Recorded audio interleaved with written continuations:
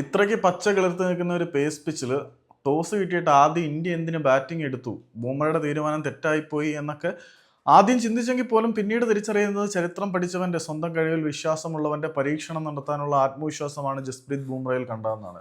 കാരണം പേസ് പിച്ചാണ്, അവിടെ ആദ്യമേ ബാറ്റിങ്ങിന് ഇറങ്ങുക എന്നുള്ളത് ആത്മഹത്യാപരമായിട്ടുള്ള തീരുമാനം തന്നെയാണ്. പക്ഷേ ഇന്ത്യൻ യുവനിരയെ കഠിനമായിട്ടുള്ള സാഹചര്യങ്ങളിൽ ബാറ്റിങ്ങിന് പര്യാപ്തരാക്കി എടുക്കുക എന്നുള്ള ദീർഘകാല സ്വപ്നത്തിനുള്ള ഒരു താങ്ങാണോ ഇത് എന്ന് നമ്മൾ ചിന്തിക്കേണ്ടിയിരിക്കുന്നു. പിന്നെ കിങ് പതിവ് പോലെ ഇന്ന് നിരാശപ്പെടുത്തി. ലോകേഷ് രാഹുലിനെ കുറ്റം പറയാൻ പറ്റില്ല, കാരണം ലോകേഷ് രാഹുലിന്റെ വിക്കറ്റ് അല്ലാത്തത് കൊണ്ട് കുറ്റം പറയാൻ പറ്റില്ല.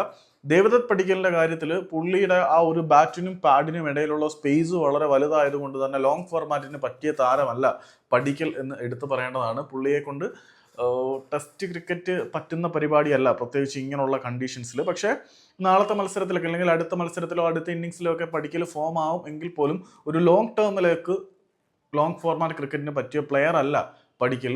കുറച്ചുകൂടി അഗ്രസീവായിട്ട് T20 കളിച്ചാൽ, പുള്ളി T20 ടെസ്റ്റ് കളിക്കുന്നുണ്ട്, പക്ഷേ അത് മാറ്റി T20 അഗ്രസീവായിട്ട് കളിച്ചു കഴിഞ്ഞാൽ പടിക്കലിന് കുറച്ചുകൂടി ബെറ്റർ അതായിരിക്കും. ഒരു അഗ്രസീവ് പോസ്റ്ററാണ് നമ്മളുടെ പടിക്കലിനുള്ളത്.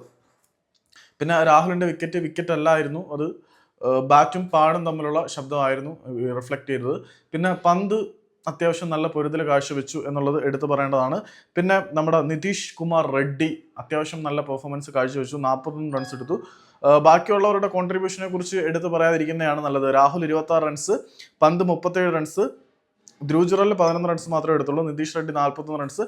പിന്നെ ഹർഷിത് റാണയുടെ വിക്കറ്റ്, അത് ഒരു പ്രത്യേകം എടുത്തു പറയേണ്ട കേസ് തന്നെയാണ്. മറുപടി ബാറ്റിങ്ങിന് ഓസീസ് ഇറങ്ങിയപ്പോൾ ഇന്ത്യയിൽ നിന്നും മാരക പെർഫോമൻസ് ആണ് ഉണ്ടായത്. പക്ഷേ ഒരു ആദ്യത്തെ ദിവസം തന്നെ രണ്ടാമത് ബോൾ ചെയ്യുന്നതുകൊണ്ടായിരിക്കാം ഇന്ത്യൻ പേസ് ബോളർമാർ നന്നായിട്ട് അറിയുന്നുണ്ട്. കിങ് കോഹ്ലി ഒരു ഗോൾഡൻ ക്യാച്ച് ചാൻസ് മിസ് ചെയ്തു എന്നുള്ളത് എടുത്തു പറയേണ്ടതാണ്. ഇന്ത്യയുടെ ബാറ്റർമാർ നിരാശപ്പെടുത്തിയപ്പോൾ ബോളിംഗ് ഡിപ്പാർട്ട്മെന്റ് അസൂയാവഹമായിട്ടുള്ള പ്രകടനം കാഴ്ചവെക്കുന്നുണ്ട്. ഇതുവരെയുള്ള കണക്കുകൾ വെച്ച് നോക്കുമ്പോൾ ഓസീസ് 5 വിക്കറ്റ് നഷ്ടത്തിൽ 42 റൺസ് മാത്രമാണ് എടുത്തിരിക്കുന്നത്.